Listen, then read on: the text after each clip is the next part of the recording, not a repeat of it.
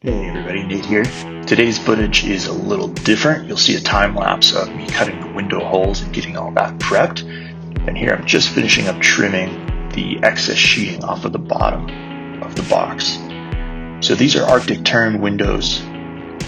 They require a 5-inch radius in the corners. So you use a 5-inch hole saw, cut the radius in your corners, and then simply use a router to trim out the center of the window. And this first window I had a spacer in so that I'd get a little tighter fit, and I actually decided I didn't need that. So this is the only video of the window that I had that spacer in, and the rest of it I just cut everything flush, and eventually went back and cut this one flush as well.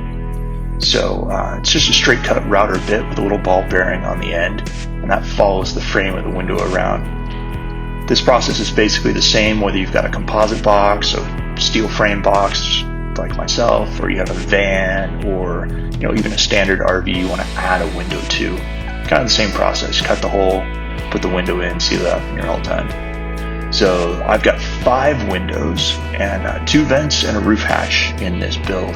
So quite a bit of holes to cut out. This took pretty much a full day getting everything trimmed out and cut and measured and everything the way I want it. And you can see me here test fitting a window in, and everything looks good, so I went ahead and moved on to the rest of the windows.